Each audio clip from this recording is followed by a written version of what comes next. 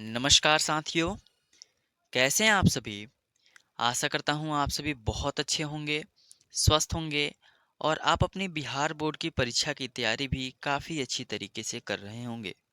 साथियों, आज हम लोग Bihar board class 12th biology यानी कि जीव विज्ञान के कुछ महत्वपूर्ण प्रश्नों की चर्चा करने वाले हैं, जो कि आपके बिहार बोर्ड की परीक्षा के लिए काफ़ी महत्वपूर्ण है। ठीक है? साथियों, जैसा कि हमने पिछले वीडियो में 15 प्रश्नों का 15 लघु उत्तरीय प्रश्नों का चर्चा किया था और हमने ऐसा दावा किया था कि अभी से एग्जाम तक हम जितने भी प्रश्नों का चर्चा करेंगे वहीं से आपके बिहार बोर्ड की परीक्षा में प्रश्न आएंगे। तो बिल्कुल आप लोग वीडियो में शुरू से लेकर के अंत तक बने रहिएगा। साथियों, आज का प्रश्न है कि समजात अंग क्या है। 15 प्रश्न पहले हो गए थे, आज 16वां प्रश्न है कि समजात अंग क्या है। उत्तर इसका लिखेंगे कि वैसे अंग जिनकी संरचना एवं उद्भव समान हो। यानी कि यानी कि संरचना यहाँ पे कहने का मतलब है कि मान लीजिए हैंड है ना, तो दोनों हाथ आपस में क्या रहते हैं, समान रहते हैं। तो जिनकी संरचना और जहाँ से उनका जन्म है, जहाँ से वह निकल रहा है, उसका उद्भव है, वह एक ही जगह है यानी समान हो, जबकि उसका कार्य भिन्न भिन्न होना, तो उसे ही हम लोग क्या कहते हैं, समजात अंग कहते हैं। यानी कि वैसे अंग जिनकी संरचना एवं उद्भव समान हो लेकिन कार्य भिन्न भिन्न अलग अलग हो, उसे ही हम लोग समजात अंग कहते हैं। जैसे मनुष्य का हाथ हो गया, पक्षी एवं चमगादड़ का पंख हो गया, चीता का अग्रपाद हो गया, इत्यादि। चलिए, अगला प्रश्न है कि असमजात अंग क्या है। समजात अंग और असमजात अंग से आपके बिहार बोर्ड की परीक्षा में ऑब्जेक्टिव और सब्जेक्टिव दोनों रूप से प्रश्न आते हैं। ठीक है, जैसे पूछ देगा कि पक्षियों के पंख कैसा अंग है, समजात अंग या असमजात अंग, तो आपको असमजात अंग टिक करना होगा। पूछ देगा मनुष्य का हाथ कैसा अंग है, तो वह समजात अंग है। ठीक है, और सब्जेक्टिव में पूछा जा सकता है कि समजात अंग एवं असमजात अंग में अंतर स्पष्ट करें, या समजात अंग किसे कहते हैं या असमजात अंग किसे कहते हैं। फिलहाल अभी प्रश्न है असमजात अंग क्या है, तो उत्तर लिखेंगे वैसे अंग जिनकी संरचना भिन्न भिन्न होती है जबकि कार्य समान होते हैं, उन्हें असमजात अंग कहते हैं। जैसे कीटों एवं पक्षियों के पंख जो होते हैं वह असमजात अंग के उदाहरण होते हैं। यहाँ पे आप लोगों ने जाना समजात अंग में जिनकी संरचना में उद्भव समान हो और कार्य अलग अलग हो। यहाँ पे जिनकी संरचना भिन्न भिन्न हो जबकि कार्य क्या हो, समान हो। ठीक है, जस्ट एक दूसरे के विपरीत है। चलिए, 18वां प्रश्न कि पारजीवी जंतु किसे कहते हैं।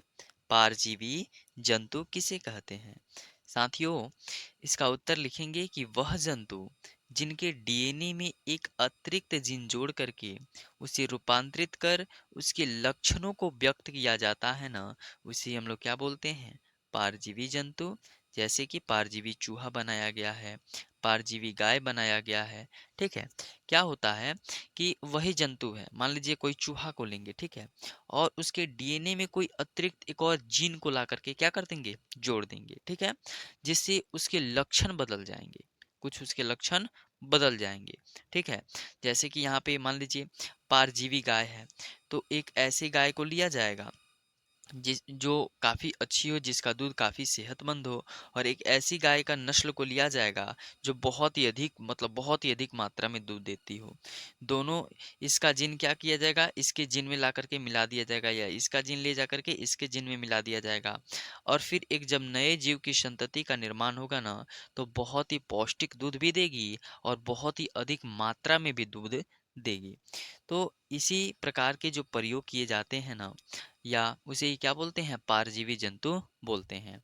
खासकर पारजीवी जंतु में जैसे कि चूहा हो गया, बंदर हो गया, ठीक है, इन सभी के अधिक पारजीवी मतलब अधिक इन लोग की संख्या बढ़ाने के लिए बनाए जाते हैं, जिससे कि बहुत सारी रिसर्च किए जा सकें। जैसे कि किसी भी वैक्सीन का निर्माण हो रहा है, तो उस वैक्सीन को सबसे पहले उन चूहों में या बंदरों में इंजेक्ट किया जाता है, जिसके कारण कि कोई हानिकारक प्रभाव तो उसका नहीं है। ठीक है, तो इसकी जांच के लिए भी हम लोग बहुत सारे परजीवी जंतुओं का भी इस्तेमाल करते हैं। फिलहाल आप लोग यही याद रखें यहाँ पे कि मान लीजिए कोई एक गाय है जिसका दूध कम है लेकिन पौष्टिक दूध है, ठीक है। लेकिन एक गाय है उसका पौष्टिक दूध नहीं है लेकिन बहुत ही अधिक मात्रा में वह दूध देती है, 10 लीटर 15 लीटर दूध देती है। तो दोनों के जीन को मिला करके एक नए गाय का निर्माण कर लिया जाएगा। उसे ही हम लोग क्या बोलेंगे, पारजीवी जंतु। ठीक है।